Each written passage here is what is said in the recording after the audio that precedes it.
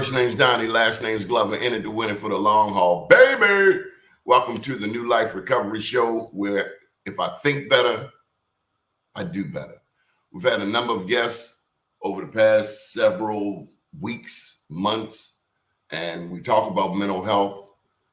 It doesn't have to be about substance abuse recovery. Of course, that's what this sponsor is all about. New Life Recovery Center down on St. Paul Street, 240-253-3663. Recovery treatment on demand. A special thank you to our sponsors. And we're going to get straight to today's guest. Her name is Rhonda Watties. Dear friend of mine. She went through a tragic situation, and we're going to talk about her process. Rhonda, welcome to the show. Thank you for having me, Donnie. Grand rising to everyone. I'm happy to be here. What's this golden chick thing? That is my moniker, Golden Chic. That's my moniker. Golden. My brain. Okay, forgive me for my ignorance. Golden Chic. Okay. You run a business? Yes, I am involved in a few businesses. Renewable energy is a business that I've been involved with for the last couple of years. I'm in a partnership with some individuals. We've created a business called Global Rescue, and our mission is to be a resource and to provide knowledge and information to our communities about the renewable energy space. We are also focused on the new currency, which is cryptocurrency, and teaching our communities how to navigate in that space and really be the owners and be responsible for their own finances. We also provide branding services to businesses, and my partners are not just here in Maryland. My partners are in the Carolinas, and we've had some partners in other states, and I am the Maryland branch. We also want to partner with shelters and community-based centers that provide services to individuals. We want to be able to provide those basic products, those needs that people may have. So I'm real excited about that.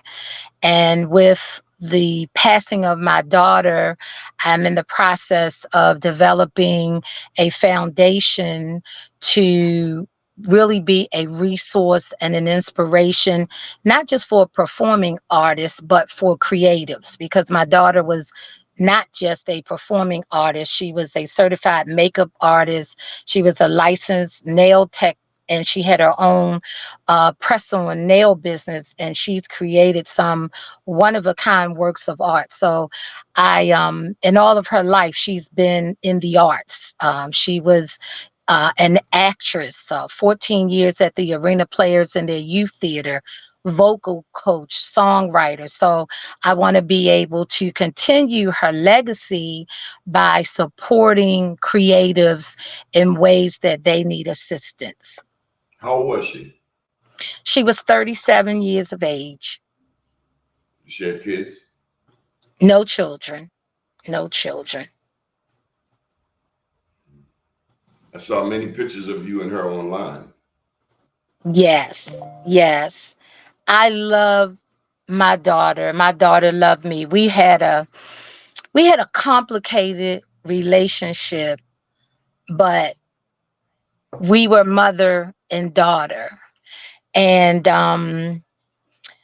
my daughter had long COVID, and she was sick. She was very sick. And while she was sedated and paralyzed, when they proned her to take the pressure off of her lungs, initially I was told it was one, but she actually had 3 strokes. One stroke actually took out the whole left side of her brain. One stroke damaged the upper and lower parts of her brain, and the other stroke damaged the right part of her brain. She was at Good Samaritan Hospital, and she was transferred to Franklin Square Hospital when it became apparent what really happened to her. And that was a whole nother journey. But I want to go back a minute to talk about my relationship with my daughter, because my daughter was a part of my assignment. When you talk about mental health, people don't understand how I walk in the space that I walk. I've had people say, "Oh, I don't know if I could live. I don't know how you're so calm. How could you even be talking?" But I go back to that old Douglas Miller song, "My soul has been anchored in the Lord." You remember that, Donnie? Remember Vague, that song?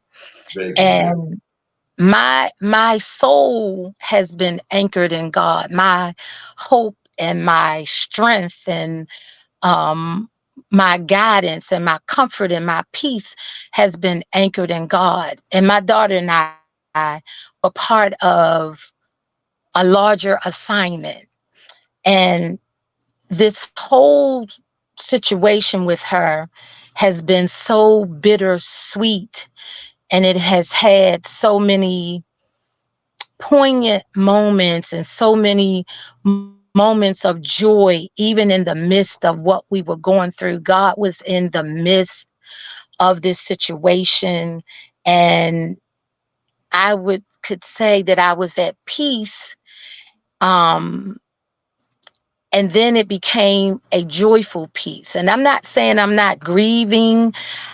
I'm grieving, but I'm not falling apart, because I understand the assignment that was placed on my daughters and my life. And she was a big part of that. But we had a complicated relationship, and we were not in daily communication. I went out to Vegas. My daughter was very sick. She had severe pneumonia back in 2018. I went out there. We had just started reconciling from a fallout, and I thought I was going for a few days to cheer her up. I wound up being there 2.5 weeks. She wound up being in the hospital for a week. And I said to her, "Look, you need to come back home." She says, "Mommy, we can't live together." I said, "No, we can't. You won't be there that long." And she came back home, and things transpired, and she left. And I've been waiting for my prodigal daughter to return. We've had communication. We had communication over the past 6 years, on and off, but we didn't have daily communication. But I was still hopeful that one day she would knock on the door, or the doorbell would ring and she'd be standing there, or she'd call me, the phone would ring, and I would get that, "Hello, Ma."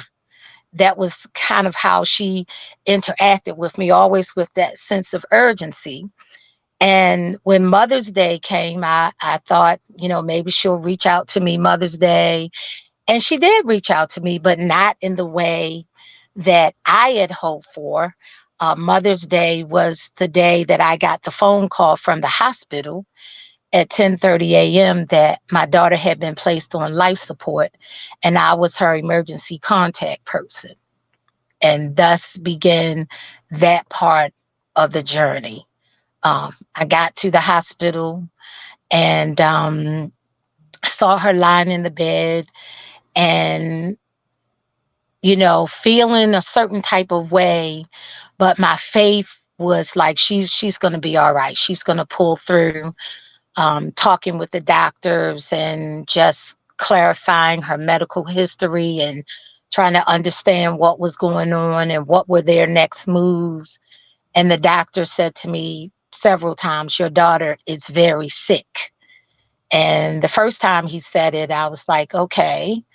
Second time he said it, I'm like, okay, what are you trying to tell me? Third time he says, like, okay, but still having that faith that she was going to pull through and she was going to be all right. Um, and it didn't turn out that way. It didn't turn out that way. Still Listen, through it all. This all came from COVID. Yes, COVID. Well, her lungs were compromised from the pneumonia she had in 2018 when she was in Vegas.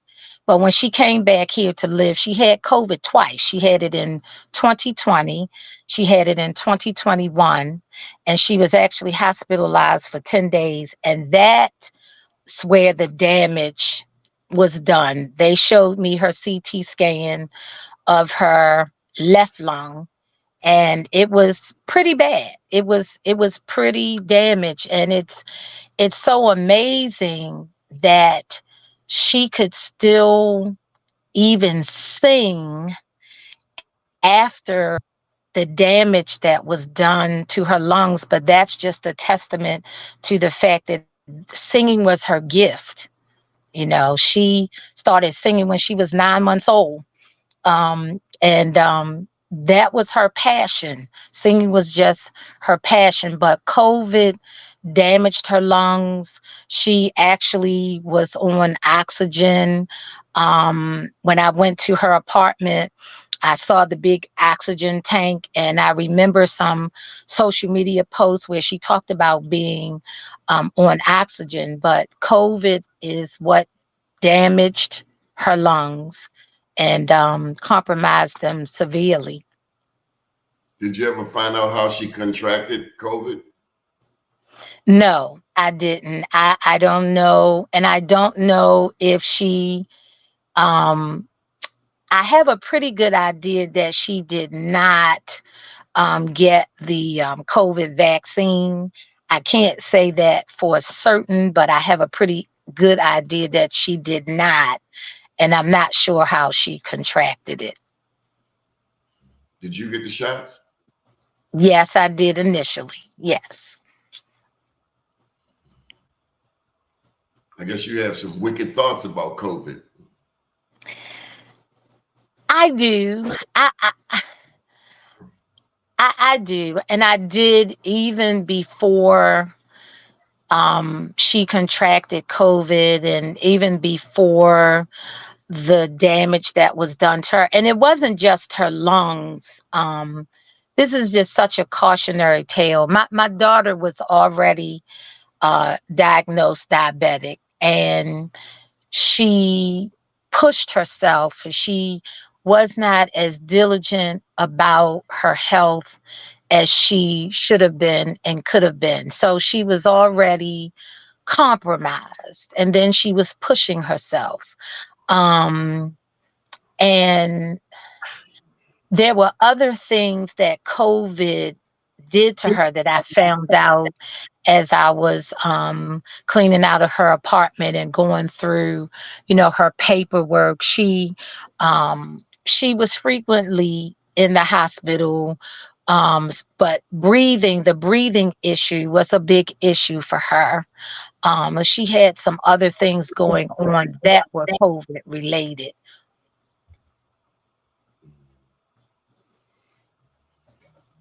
COVID is mean. We started this network December 2020 because COVID changed the way interviews were done. We couldn't do a lot of interviews. So Peggy Mars, Sisters for Sisters Network, she introduced me to StreamYard.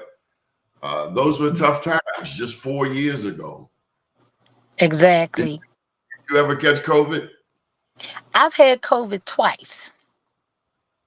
I the first time, and it's interesting you say that, because I actually went back to work because I've been retired since 2006 from an outside job, but I went back to work for an organization that I used to volunteer for, the Citizens Review Board for Children, that advocates for children in foster care. I used to be the chair for the Baltimore City Circuit, and the administrator there became a very good friend of mine. And she had an opening, and she reached out to me.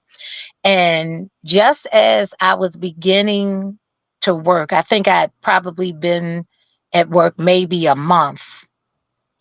This whole thing with COVID and the state shut down, and we started working from home, and it changed the way we did everything. We actually did reviews with social workers, case reviews, and we had to revamp the whole system to do them online. So I actually was working from home, and because of health issues I have, very, very cautious about where I was and the people I put myself around, in terms of not wanting to contract COVID. My younger daughter and my granddaughter lived with me, and they were out and about, and we had this big discussion about that.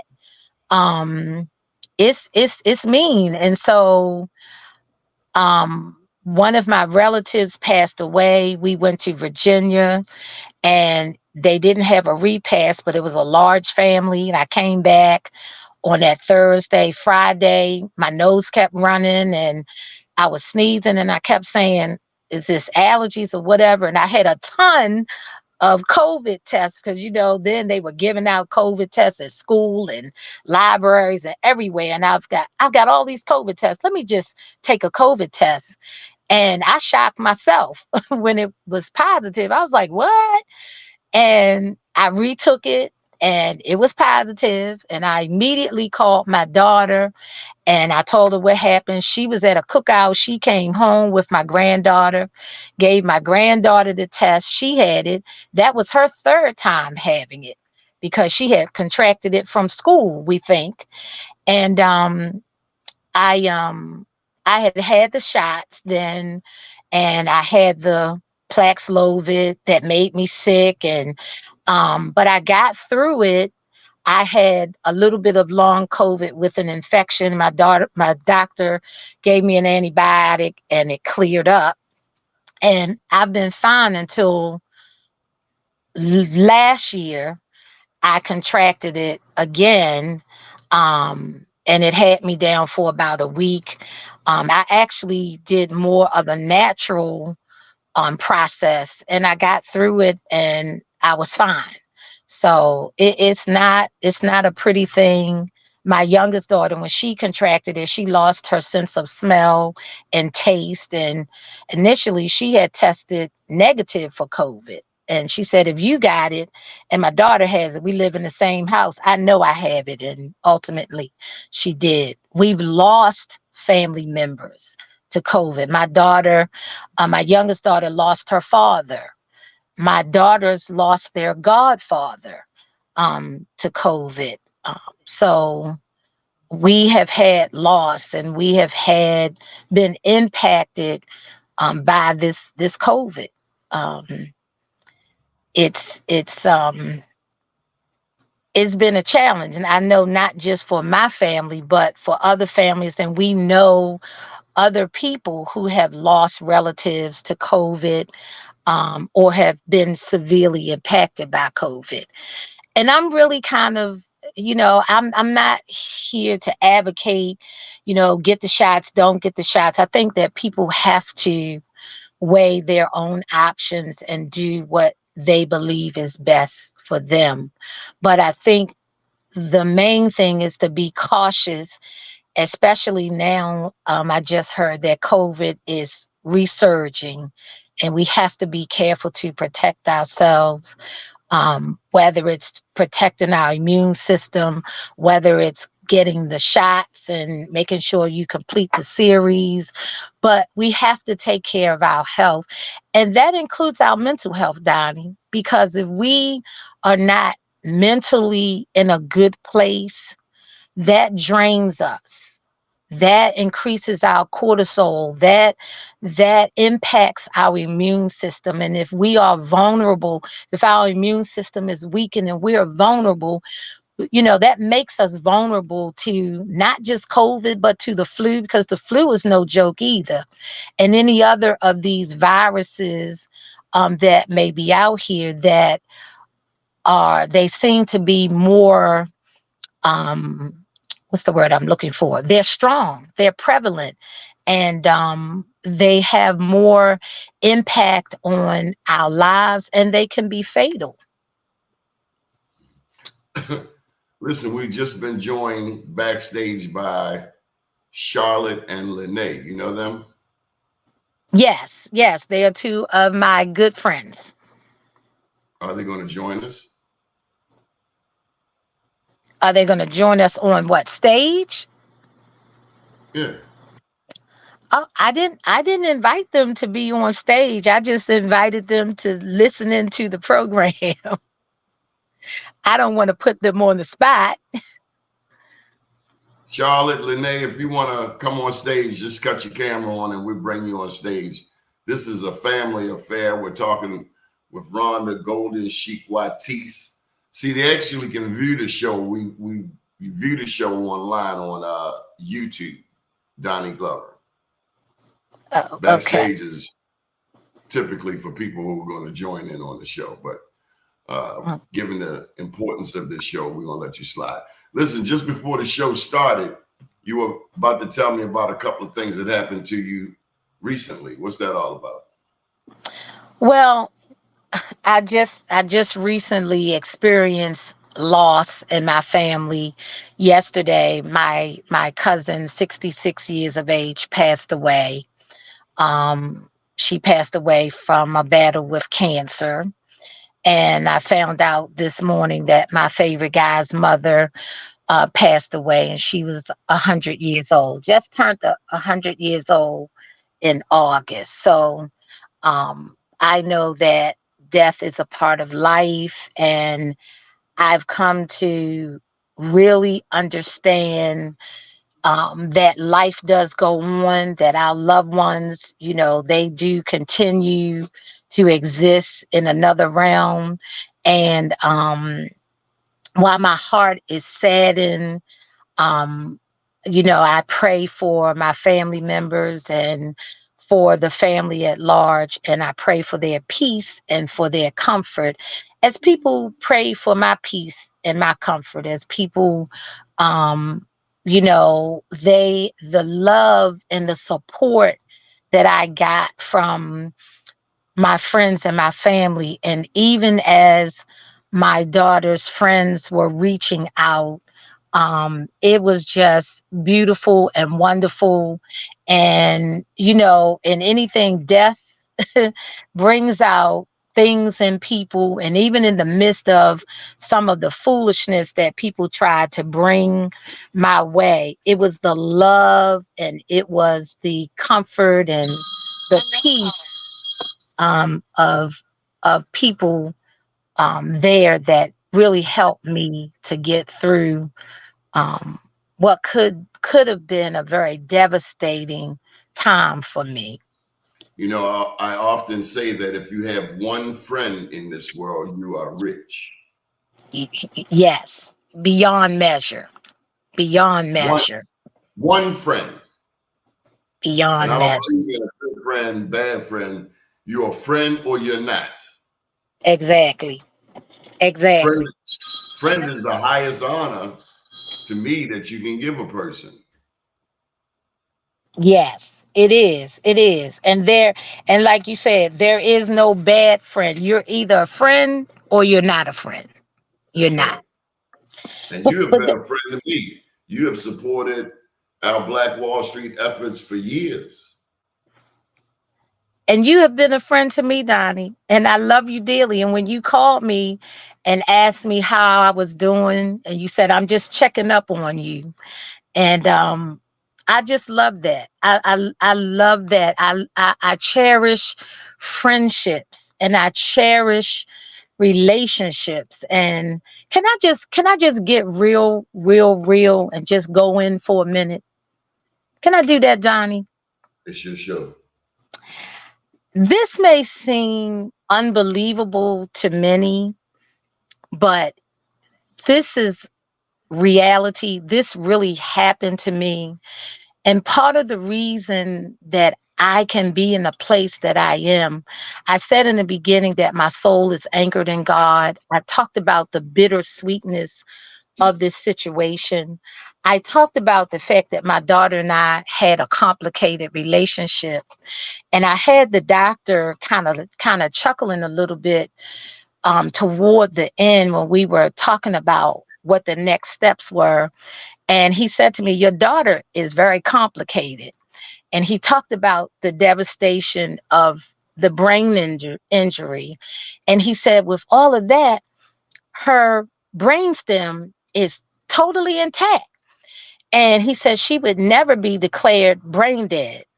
Because I was considering organ donation. And I said to him, I said, well, yes, my daughter is very complicated. I said, bed rest with her, hospitalization. I had a month, I was a centimeter dilated, 11 days of labor. And I forgot to tell him I was having cramps in between my labor. And they still had to break my water for her to be born. And she was born 3 days short of 37 weeks. And she was born in 1986. And during that time, if a baby was born prior to 37 weeks, they were considered premature. My daughter was 6 pounds, 15 and a quarter ounces, 19 and a half inches long. And I remember the nurse saying to the doctor, oh, should we put her down as a preemie? And he looked at her, my husband and I looking at each other. He said, are you kidding? She was plump, she was buoyant, and it was so crazy. And I said, I when I think about our relationship, she was complicated, even in gestation and birth. And so our relationship was complicated. And What was she her birth? loved me. What was her birthday, Watties? Because I know you're a Cancer. She's a Sagittarius. Her birthday is November 23rd. And so is That's, my granddaughter's birthday. They have the same birthday. is your granddaughter complicated? Yes, she is. Yes. And you know, actually I have three Sages because my youngest daughter's birthday is November 29th. How So many daughters do you have in all? I have two daughters and I have one granddaughter. And they're all November babies. November, I had a 37, a 27, and a 7-year old. And so I was saying, you know, I hadn't had communication with my daughter. The last time we communicated was in December via text. And it wasn't pleasant. In November, I reached out to her for her birthday, and that was pleasant. So I'm thinking, like I said, I'm thinking Mother's Day, maybe she would reach out. And she did, but not in the way that I thought. Um, and on that Tuesday, when they brought her back from getting the scan of her brain, my daughter let me know that she was gone. She literally let me know that she was gone. I went to wipe her mouth and she snatched her head back and turned her head and looked at me. Her eyes were like golf balls. And at that point, I didn't know how devastating her injuries were. So I'm hanging on every movement. But she looked at me and she lifted her head as if to say, look, mommy, look, I'm gone. And I'm excited. I'm saying, she's looking at me. She's looking at me. I'm saying that in my spirit because my 86-year-old mom was sitting behind me. And then when I looked at her, I was like, no, she is not there. There's nobody home there. She is gone. And that evening is when they immediately transferred her to Frank. Franklin Square Hospital. My daughter was mischievous. She's like her dad. She was mischievous. So we get to the hospital. I have to wait for them to get her all settled in. And they finally let me come into her room after about an hour. And I'm standing there talking to the PA. And I'm like, I'm a person who's full of faith, but I'm a very practical person. I used to be an investigator, certified mediator. I'm used to dealing with facts and, you know, moving forward. You hope for the best, but you deal with what's in front of you. And so I'm talking to the PA and I'm like, give it to me straight. You know, what's going on? And in the background, the nurses fixing the tubes because my daughter she was hooked up to a whole different monitors, and she was getting all kind of high powered medication and everything. And the nurse was doing something with the tubes, and all of a sudden it was like an arcade in there. Boop, boop, boop, boop, boop, boop, boop, boop, boop, boop. And I turned around and I looked at my daughter, and I'm just cracking up inside. And I said, I know, babe. I know you're saying I'm gone. Leave me alone. And so I turned back around. I'm talking to the PA, and the nurse had resumed fiddling around, and she did it again. Boop, boop, boop, boop, boop, boop, boop, boop. She just set the monitors off. And the PA looked at me and she says, "Ooh, she's really agitated, isn't she?" And I said, "Mm-hmm." And I know her. I know what she was saying. And I shared that with someone who knows her. And we just laughed about it. And I left that morning about 1:30 in the morning. I went home, and, I had to deal with the fact that she was gone. And when I talk about the bittersweetness of this situation, I had an opportunity to communicate with my daughter as she was transitioning to the other side. Believe me or not, and I'm telling you, that Thursday, I had the most glorious 50 minutes of communication with my daughter. Very specific. And it wasn't just she and I, it was another person involved who I knew, didn't know she had a gift. And I don't want to make this a long story, but I can just tell you that the first thing that my daughter communicated was, "I'm breathing, but I'm gone." I said, "I know you're gone, baby. You let me know." And then her next words were to make sure that I knew how much she loved me, and to apologize for her behavior. It was important for her to restore. And I know this is God, because in my prayer time I cried out to God and I said, "God, what I would not have given for my daughter to get up and walk out of that hospital, even if she still wasn't talking to me at the moment." And God spoke to my spirit, and he said very plainly, that would have been and could have been anybody's fairy tale story. But this was, ending. He said, but this was the ending for impact. And that word, it screamed in my ear. And I can tell you that I've had some of her friends and some of my friends say to me, I got to call my mother. I haven't talked to my mother in this amount of time. I haven't talked to this family member. This is a cautionary tale. Life is short. And the things that were communicated with me, while I did not hear my daughter's voice specifically, I know her voice. And the things that were said, the person that was in the middle had no knowledge of. My daughter was very specific about very specific things. She wanted to know if I had her phone. She wouldn't give me the code. And I said to her, "I need to be able to handle your business." She said, "My paperwork is at home." And when I went to her apartment, her important paperwork was in a fire safe bag. That's what was important to her. She was specific about relationships.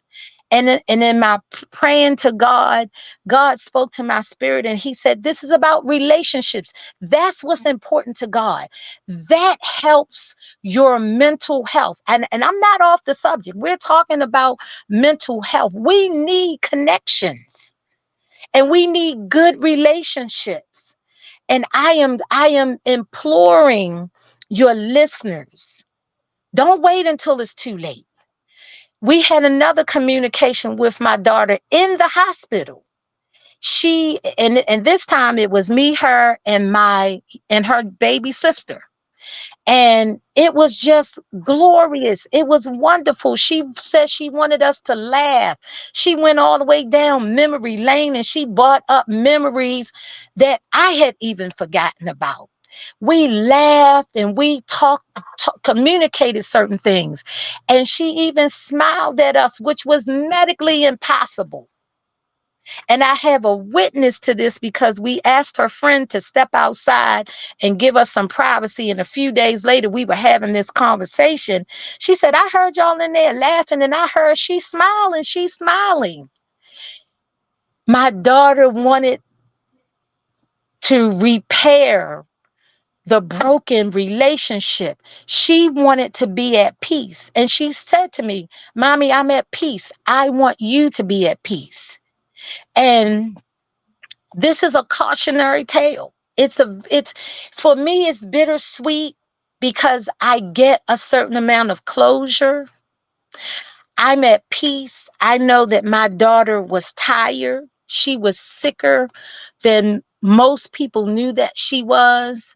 But and she even said, I'm a people see me as a bubbly, upbeat, happy person, but inside my heart is breaking.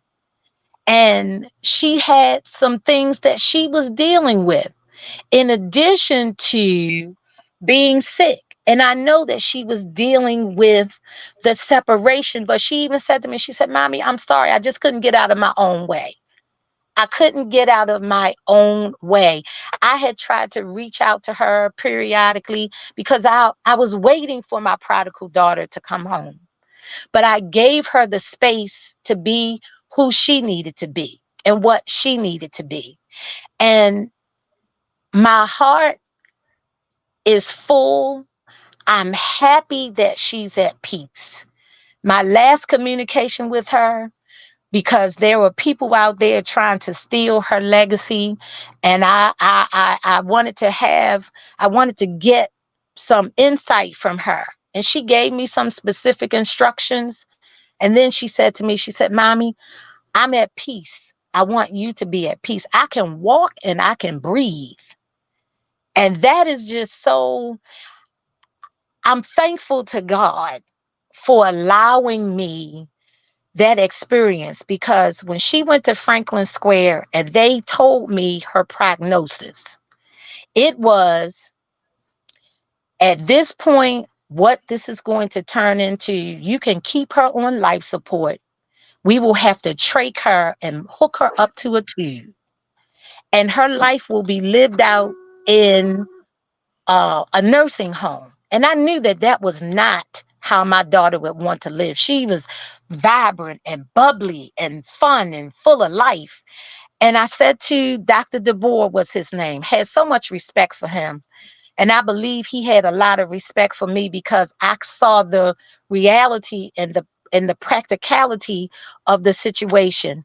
And I said to him, well, given her diagnosis, why can't we just do that now, take her off support? Not because I wanted her to die. I could have been selfish and said, oh no, I'm going to keep her alive even if she's a vegetable. And I'll never forget his words, Donnie. He looked at me, my daughter and my cousin was there during this conversation, and he said, no, we're going to wait. And I said, why? He said, we like to give our patients every opportunity. He said, we're going to wait.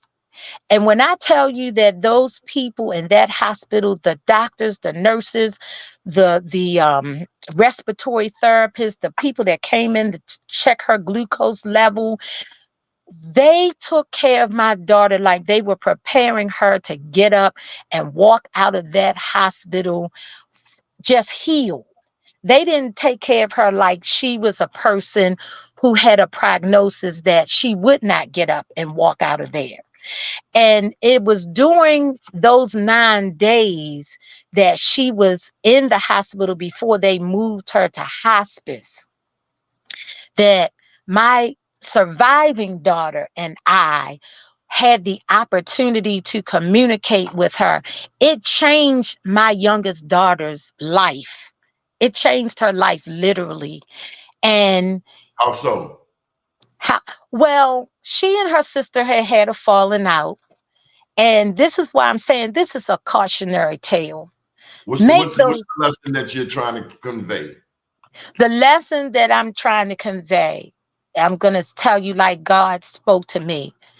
Relationships are important. Make sure that you make relationships a priority. Relationships are key. My mother's pastor, P.M. Smith, always says if it ain't about relationship, it ain't about nothing. Relationships. This is the time while people are still alive, while they can speak to you, they can talk to you, you can communicate. I had to wait until my daughter died to climb up in the bed and hug her. I hadn't hugged her in 6 years, and my daughter and I were huggers. You said you've seen all the pictures of me and we were huggers. I should not have had to wait that long. And I'm saying if you got a Was family was it member, was it your doing? I will say this. Two people in any relationship have a responsibility and both play a role in that. Could I Yeah, could I have made some concessions? I could have. Could she have made some concessions? She could have. I reached out to her. She was not ready to have a full blown reconciliation. And I felt like I was giving her the space you were. to work it out, You to work it absolutely out. were. Let me But tell you, she let me tell you, let me tell you something, Watties. mhm, My dad ain't play that crap. mhm, He was old school. mhm, We dealing with it now. mhm, And before I mhm. cut you off, we're gonna sit down and talk about it. Might even have to throw some hands. See, truth be told, you old school. Yes, You come from a certain generation. There are things that our children say to us we would never say to our parents. And we feel like chumps because we know our parents wouldn't tolerate that crap from us at all, exactly. At all. period. You got it. The challenge is trying to hold on to what we know as tradition and at the same time accepting our children's so-called tradition. I have something for you, Watties, because you've been talking a long time, and I Mm, need to give you some food. okay. Have you ever heard of Khalil Gibran? Yes, I have. Quoted something from him at my wedding back in 1986, 85. Khalil Gibran is the author of The Prophet. He Mm-hmm. was born in Lebanon in 1883. And a woman who held a babe against her bosom said, "Speak to us of children." And he said, "Your children are not your children. Mm-hmm. They are sons and daughters of life's longing for itself. They come through you, Mm-hmm. but not from you. And though they are with you, yet they belong not to you. You may Mm-hmm. give them your love, but not your thoughts, for they have their own thoughts. You may house their bodies, but not their souls, for their souls dwell in the house of tomorrow, which you cannot visit, not even in your dream. Mm-hmm. You may strive to be like them, but seek not to make them like you. For life goes not backward, nor tarries with yesterday. You are the bows from which your children, as living arrows, are sent forth. The archer sees the mark upon the path of the infinite, and he bends you with his might, Mm-hmm. that his arrows may go swift and far. Let your bending in the archer's hand be for gladness. For even as he loves the arrow that flies, so he loves also the bow that is stable. So beautiful. A lot of meaning Beautiful. in that poem. It's something I Lot. reflect on from time to time. I have children like you, a son and a daughter, and sometimes I feel inadequate, quite frankly. But there are other times I know that as long as I keep my hand in the hand of the man who stills the waters, as long as I teach my children and my grandchildren to pray Yes. on all occasions, that's all I can do, and be the best example that I can be. Whether Yes. whether it's Yes. about school and finishing up my master's in the spring, whether it's about continuing to run Be More News, now some 22 Mhm. years, considering people can't stay in business 22 days, It's or if it's phenomenal. taking care of my health and going to the Y and getting some swimming in. I have to be Mm-hmm. the best example that I can be. Continue to make goals every day. Mm-hmm. Mm-hmm. Continue to eat well, to eat smart, to eat healthy, to eat a variety, to be Mm-hmm. nice to people, to honor your word, Mm-hmm. to honor your word. I told you, my father was a funeral director. I'll say this and shut down. I grew up in the business of caring for the bereaved. Mm-hmm. And as long as he was alive, he passed in '03. I helped him. It wasn't about the money, it was how I was raised. I was raised in the Mm-hmm. funeral industry. I was raised to take Mm-hmm. care of the bereaved. But baby, oh baby, let me tell you, when that shoe was on the other foot, when my mother died, woo, that's when I got a chance to see the other side of the coin. And I can tell you that the grieving process is your unique journey. Nobody can tell you where you should or should not be in that process. And but Exactly. all of that to say, I told you that I was not coming to the funeral. I hate funerals. I've Mm-hmm. seen more dead Mm-hmm. by the age of 5 than I've seen in a lifetime. If I never go to another funeral in life, it is all right with me. But I do know about after the funeral. Mm-hmm. Quite often we have support on the day of the funeral and in that time frame. Mm-hmm. But then there's the week after, the month after, the year after. And I've learned to kind of settle in that space, to be there for my friend throughout the rest of Thank the. you. But them funerals, I hate them.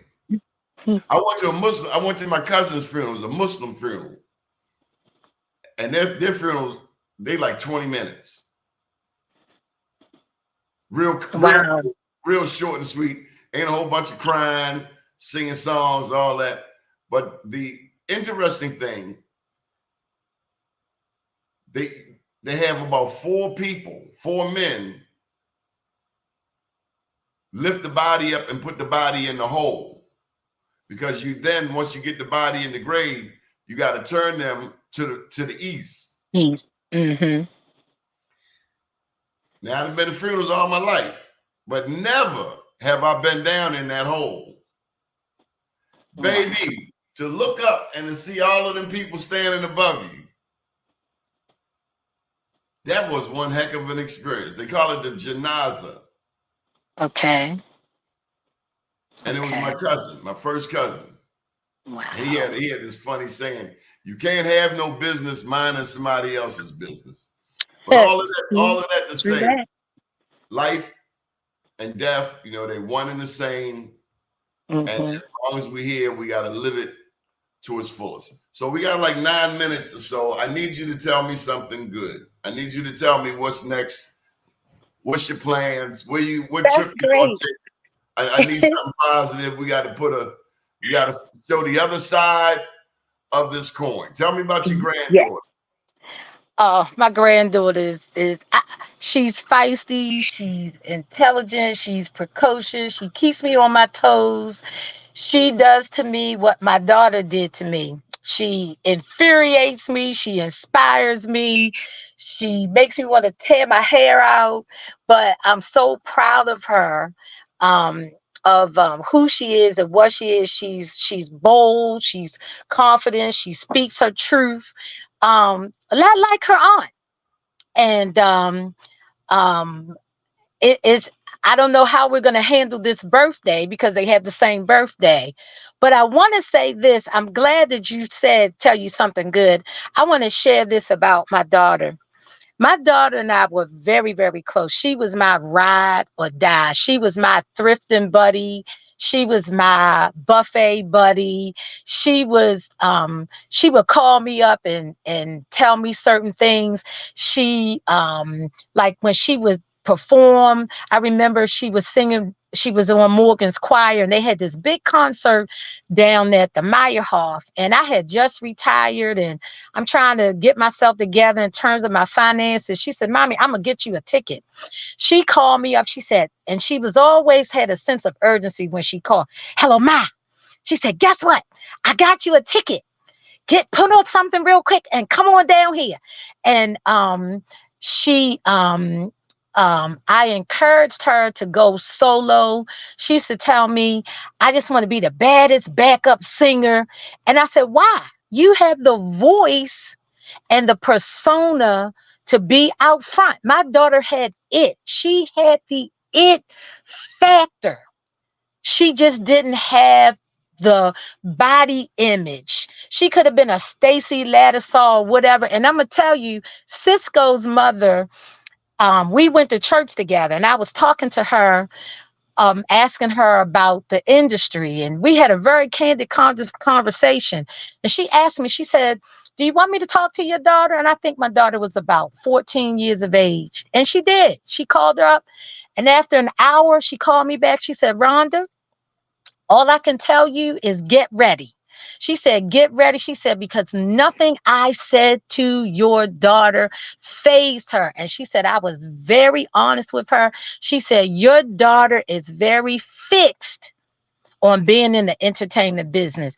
Music was her gift, and she was creative. She was a certified makeup artist. She's got beautiful nails that she's created. And people are trying to use the fact that we didn't have communication as an excuse to exclude me from preserving her legacy, and accusing me of walking in guilt. I walk in no guilt. I was a mother to my daughter to the very end. I was with her in the beginning when she was born. When we had a beautiful extubation service for her, and that's a conversation for another time. But that night I laid next to her in the, that reclining hospital bed chair they give you. I held her hands all night long. I sat in the bed with her, and I held her hand until she took her last peaceful breath. Her family loved her. We are saddened, but we have hope. I am in the process of preserving and protecting her gifts, her intellectual property, and we're going to create a foundation to support creatives. And I'm going to need your support. I need your prayers. Just give me a minute. I'm still processing. I'm still dealing with the whole situation. I have a book that I have to finish because in 2006, I was writing a book inspired by the book of Ruth about relationships between women. And the first four chapters were streams of conscious. The fifth chapter, I was struggling. And I heard God say, stop writing because you have way more things to go through before you can finish that. And I believe I'm at this point now. I have to go pick up what I started. And I have to tell this cautionary tale that God said the ending had impact. Please go and support her music. She's on uh, Apple, iTunes, Spotify. The proceeds will not go to her family per se, but to her estate to be used for her foundation. So And I want to what you want to put it in the chat, or you want to tell me so I can put it on the screen? The, what the foundation. the website. Well, if they go to Spotify, they can go to iTunes, Spotify, um, What name? I mean, and what name? Jazze, Spell it. Jazze, Jazze apostrophe Divyne, Jazze Divine. She has a copyrighted CD, FUCK Boy Therapy. Okay. Are you okay? I am okay. I mean, every day is different. I take one day at a time. I was cleaning out a room because my mom lives with me now, and I found a lot of mementos from my daughter. My daughter had a gift of picking the most beautiful cards, but she'd always write personal notes to me. She would say things like, "You're my eyes when I can't see, my brain when I can't think." She gave me a card that was in the shape of an anchor, and she said, the card said what it said, and then she says, "Thank you, mommy, for being the anchor of our ship, our family." I found notes that she wrote to me when she first created her signature, which she used up until her passing. She said, "Mommy, note my signature. It's going to be worth a lot of money one day." I found boxes of pictures. Some days I look at her baby picture book. Some days I just sit and I hear her music in my head, and I just take time to be still. I am okay. I'm okay. I'm grieving, but I'm not devastated, and I'm so proud of her because she was starting to move and do things in a way that I had tried to instill. You think when you're telling your children something, they're not listening, but sometimes some of us, we process things a little slower, a little differently. And as I've been going through her things, I see that she was making even more moves to brand herself. She was working on a fashion line. She was working on another business details. And I'm so proud of where she was in her life. And she even told me, she said, "Mommy, I felt like I had to prove something to you." And she didn't, but I'm proud of her. And the sadness is that we just did not get to celebrate together on this side of eternity in this life the things that she was doing like we used to. I was there with her when she auditioned for American Idol, sleeping on the cold Civic Center floor, and then spending my whole day enjoying that whole process. I have so many memories, good memories, and that's what makes me okay. And Rhonda Watties. I know you got to go. I have one more story, but I know you got to go. I think you could do this all day. Yes, I love my daughter, and I There's and no, I love the fact that listen, she's there's at no peace. question about that. None, none, not for people who know us. I had a one percenter, Donnie, I met at the post office. He knew my daughter. I thought he was just joking. I don't know how we got to talking, and I mentioned her name, Jazze Divine. I said, "Oh, she's on all the social media. You should have seen his face." He said, "Jazz Divine?" And I'm saying, he doesn't know her. This white guy, bald, scruffy old beard. I'm like, he said she did a glamour event for it was the motorcycle club, something divas. He said she was a BBW. My daughter touched people. Do you know how that made me smile? How happy that made me? That's the kind of person she was. That's her. And that helps my mental health. That helps me so much. And to know that we have work to do to keep her legacy alive. Thank you, Donnie. Thank you for this opportunity to let me share. Rhonda Watties. If I think better, I do better. Good afternoon, world.